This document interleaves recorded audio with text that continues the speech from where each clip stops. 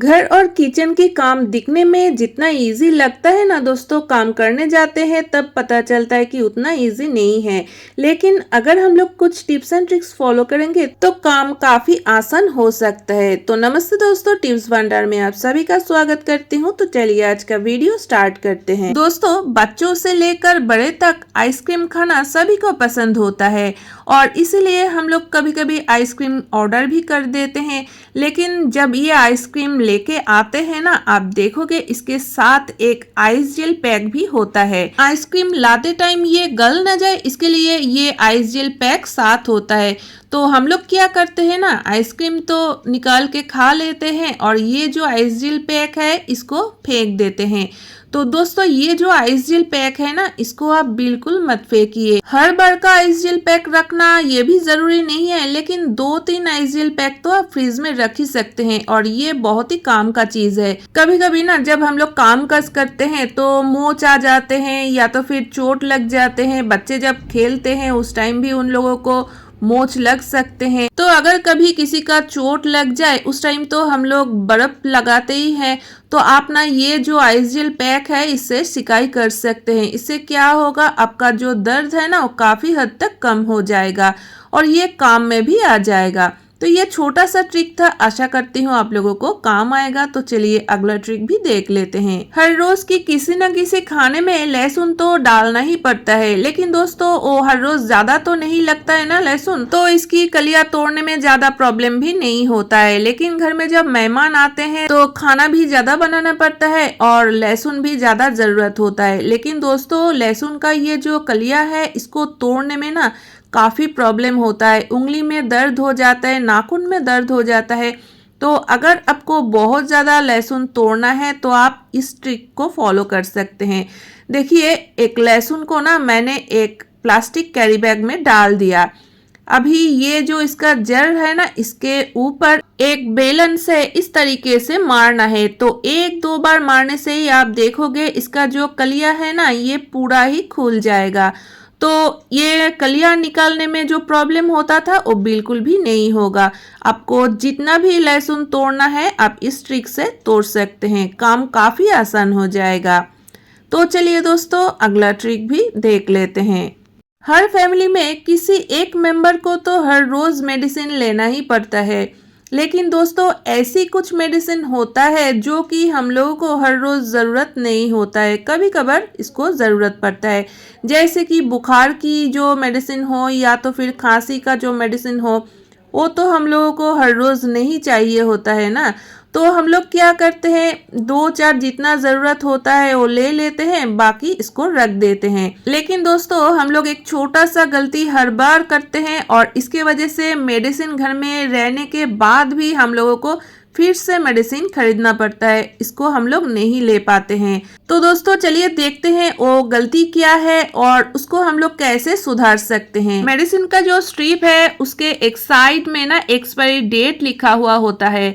तो हम लोग क्या करते हैं ना, जिधर एक्सपायरी डेट लिखा हुआ होता है हम लोग उधर से ही मेडिसिन को लेना स्टार्ट कर देते हैं।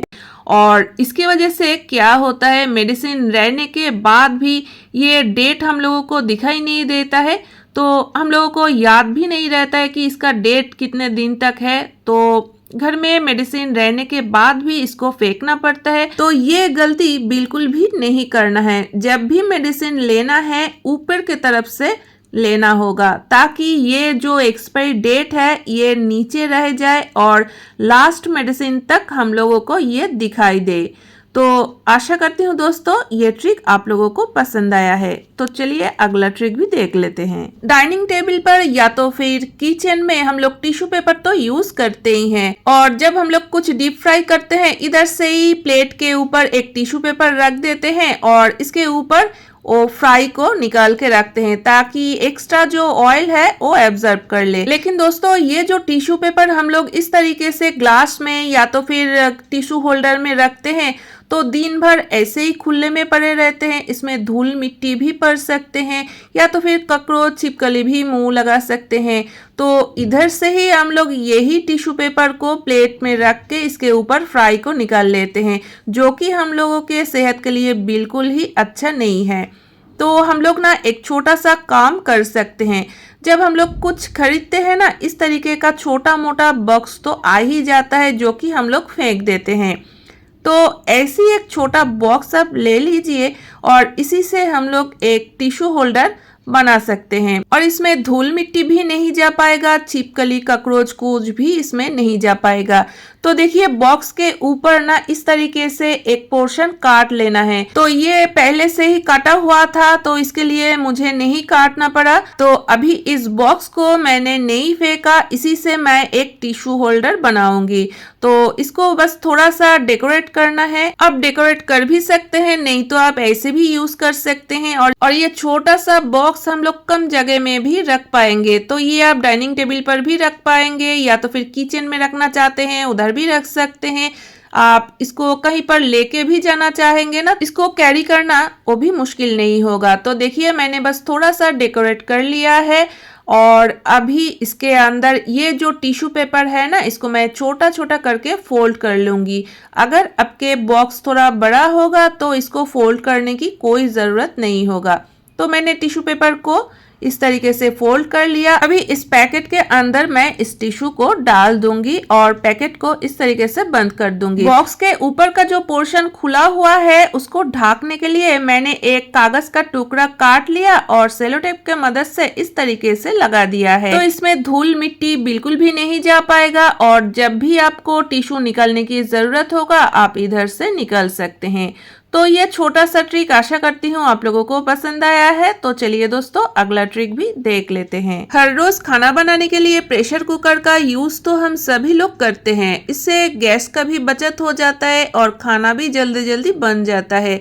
लेकिन दोस्तों खाना बन जाने के बाद हम लोग प्रेशर कुकर को तो अच्छी तरीके से साफ कर लेते हैं, लेकिन कभी कभी आप देखोगे कि प्रेशर कुकर में जब हम लोग खाना पकाते हैं ना, उस टाइम आप देखोगे बहुत टाइम हो जाने के बाद भी प्रेशर कुकर का सीटी नहीं निकलते हैं। प्रेशर कुकर का सीटी सही टाइम पर सही तरीके से अगर ना होगा ना तो इससे खतरा भी हो सकता है। तो हम लोग क्या करते हैं ना, खाना बना लेने के बाद अच्छी तरीके से प्रेशर कुकर का तो साफ सफाई करते हैं, लेकिन दोस्तों ये जो सीटी वाला पार्ट है ना, इसको हम लोग अलग तरीके से क्लीन बिल्कुल भी नहीं करते हैं। इसको कभी कभी हम लोग इग्नोर भी कर देते हैं। तो जब हम लोग खाना पकाते हैं ना, दाल चावल या तो फिर सब्जी, इसका छोटा मोटा पार्ट कभी कभी इसके अंदर जाके ना फंस जाते हैं और इसके वजह से ये सीटी नहीं निकलते हैं। तो प्रेशर कुकर का ये जो पार्ट है ना, इसको भी हर रोज क्लीन करना चाहिए। अगर इसमें खाने का कुछ छोटा मोटा पार्ट फंसा हुआ होगा, सीटी सही तरीके से ना होगा तो इससे खतरा भी हो सकता है।